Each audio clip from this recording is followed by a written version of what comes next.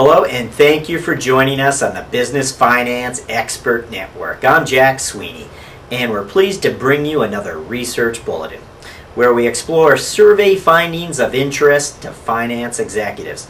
With this research bulletin, we'll explore IBM's 2008 Global CFO Study.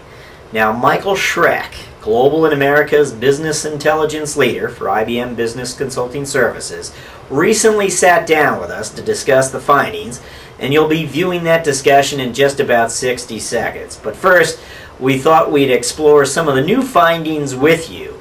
Here's what IBM found out as far as what's important to the CFO. Now, here are the four most highly ranked items on the CFO agenda: measuring, monitoring business performance, meeting fiduciary and statutory requirements, continuous process improvement and business improvement, and developing people. Next, here's something interesting. The two agenda items ranking lowest in importance are supporting, managing, mitigating enterprise risk, and driving integration of information across the enterprise. Now, IBM was quick to point out that these were key differentiators of financially successful companies. So here now is our interview with Michael Schreck. So Mike, what were some of the surprises that the data revealed this year? Yeah, one of the interesting things we noted is we kind of looked at not only the priorities, but also what were a few of the key differentiators relative to what some of the more progressive CFOs and organizations were doing through the CFO, which also related to their success as a company. And we evaluated success as a company based on their revenue and stock share price growth over the last 5 years. And those two that really stood out were, number one, the ability to do an effective job of planning, measuring, and monitoring enterprise risk management. And it was interesting to note in that area that 62% of the companies over $5 billion in revenue experienced some type of risk management situation over the last 3 years that impacted their financial results. Unfortunately, only 42% of those companies were able to effectively address that risk. And about 87% of that risk wasn't financial risk. It was risk like environmental, operational, geopolitical, and legal risk. So it's not the type of risk that a CFO might think about. The second key finding that kind of separated the successful from the not so successful companies was the ability to integrate and disseminate information more broadly across the global enterprise. And those CFOs and organizations who were doing that effectively, it really stood out as being a key differentiator between, again, those companies that were successful and those that were not so successful. Mike, you mentioned managing risk and the concerns that CFOs have about doing a better job managing risk. But are the BPM technologies and applications currently being used, are they well suited to help the CFO in the area? Yeah, one of the things that we're seeing, Jack, is that the CFOs are starting to understand that they need to play a larger role in helping and enabling risk management activities throughout their organization. And by that, it's very similar to some of the key concepts we've talked about relative to business performance management, like being able to include it in your planning, budgeting, and strategy setting, and then being able to do a more effective job of identifying key risk measures and then measure and monitoring those on an ongoing basis.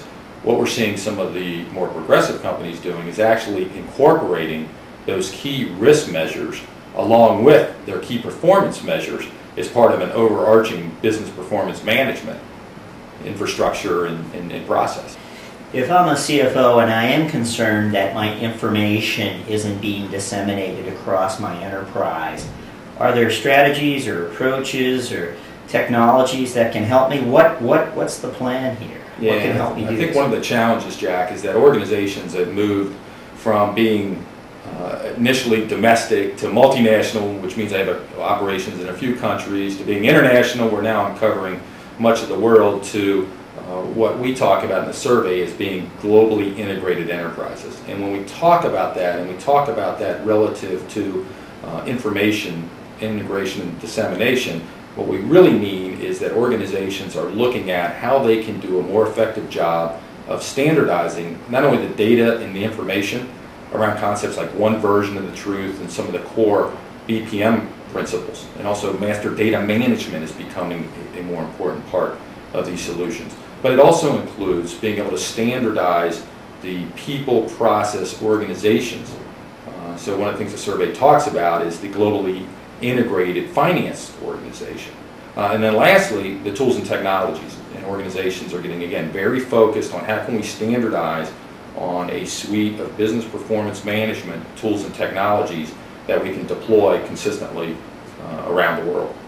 So what do you see yourself, Michael, out there? What are organizations doing new and differently as far as their BPM approaches are concerned? Yeah, so one of the key areas that we're seeing companies focus on right now in the area of business performance management, and that's around a concept that we have coined the term operational intelligence. And what that means is taking the basic tenets of BPM around planning, budgeting, and forecasting, being able to integrate information, being able to capture key performance indicators across your entire value chain, which right now in many organizations still principally sits at the executive suite. But now organizations are getting very focused on taking that key performance indicators, again, the data, the people, process, organization, the tools and technologies, and cascading it down through the lines of business, through the departments, through the functions, to be able to align that information much more closely with the underlying business processes.